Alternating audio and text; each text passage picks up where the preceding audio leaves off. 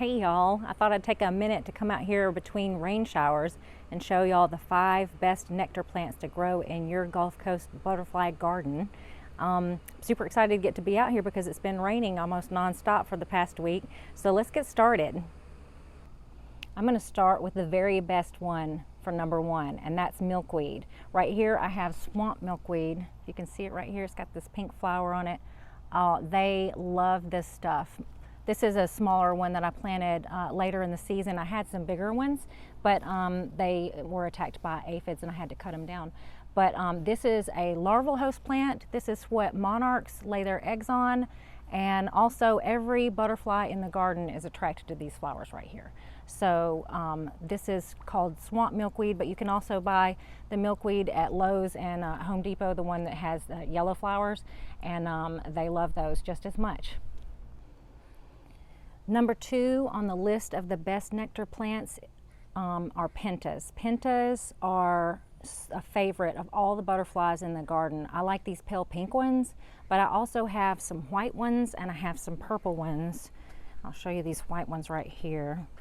There are the white ones. Seems like the pale pink ones are more of a favorite, and I have some purple ones over there in that corner you can see right there. But pentas grow year-round down here. They're a perennial. I have some right here by the bird bath too. If they get hit by frost, you just cut them back and they will come back. I have some pentas that I've been growing for 2 or 3 years now. Number 3 on the list are salvias. They are a perennial favorite, and down here they grow as a perennial. They will live all year round. If they get bit by frost, you just cut them down to the ground. This right here, these that I have growing in the center garden, I started them from seed. Shockingly, I just threw them out and the seeds came up. I have 2 different kinds of salvia though. Let me show you over here. This salvia, you can see it's got larger leaves. I grew it from a cutting from a salvia that I have in the front yard that I've been growing for 6 years now. And last year I made cuttings, and these have giant flowers that the butterflies love. Here's the difference between that one and this smaller one. You can see it's got small leaves and it only grows to about this height. And I have this growing in front of the rose bushes because the properties that are like sulfur kind of smell are supposed to do something to help with, I can't remember what, but they help roses somehow. Zinnias are number 4 on the list of favorite nectar plants for butterflies. I have some Gulf fritillaries flying around right now. If you can see them, they're taking advantage of the not rain right now. But these zinnias I just threw out.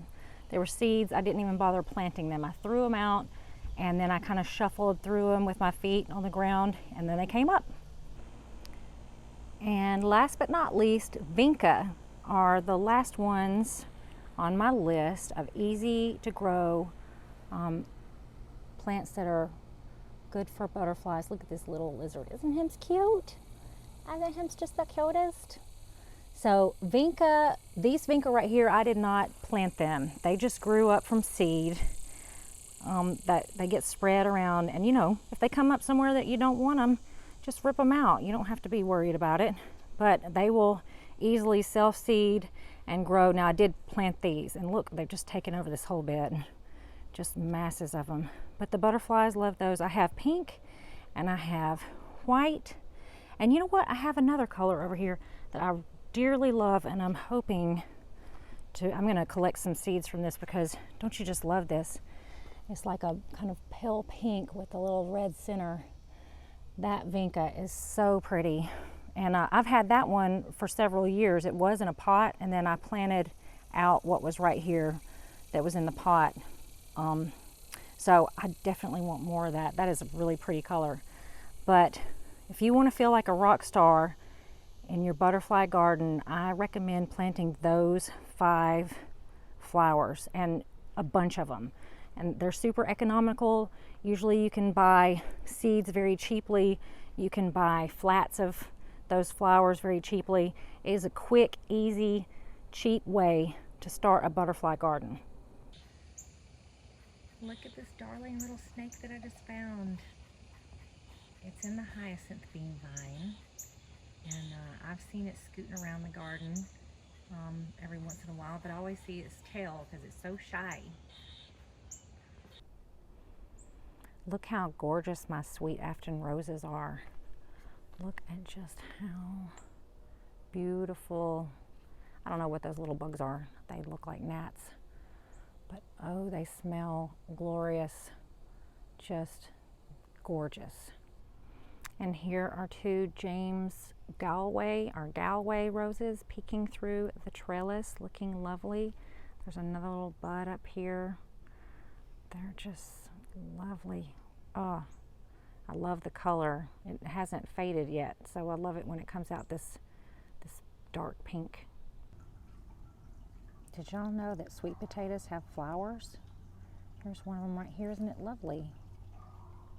Right there. So I just went to let this butterfly go, and it came back and landed on me. I'm wearing it. Little butterfly. Sprinkling. Let's get it. Come here, butterfly.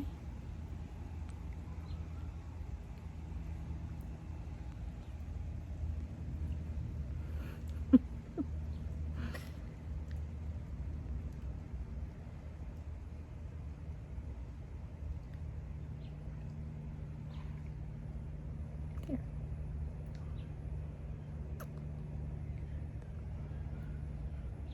I'm wearing it. It's beautiful. My new nose jewelry.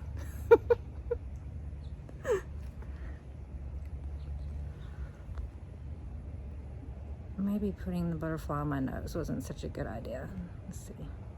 Let's see, what about on my forehead? Oh!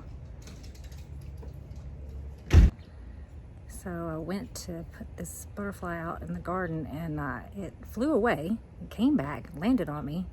And I was like, well, you know what? Let's just wear it. And I'm just gonna. This is my new jewelry. My hair. It's a boy. See, this is what you need. This is why you need to raise butterflies. For the fashion statement. So I got a boy butterfly in my hair. Let's let him. Oh, there we go. And there's a Gulf fritillary caterpillar on the passion flower vine. You can just find them, and if you are raising them in a container, whenever you come outside and you find one, you just get it and put it in your container, and make sure you give them fresh food.